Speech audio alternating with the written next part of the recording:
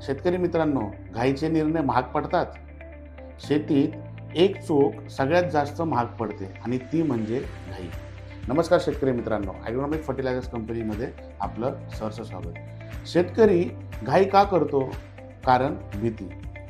पीक खराब होईल, कीड वाढेल, उत्पादन कमी येईल आणि मग घाईत निर्णय घेतले जातात. कुठले निर्णय घेतले जातात?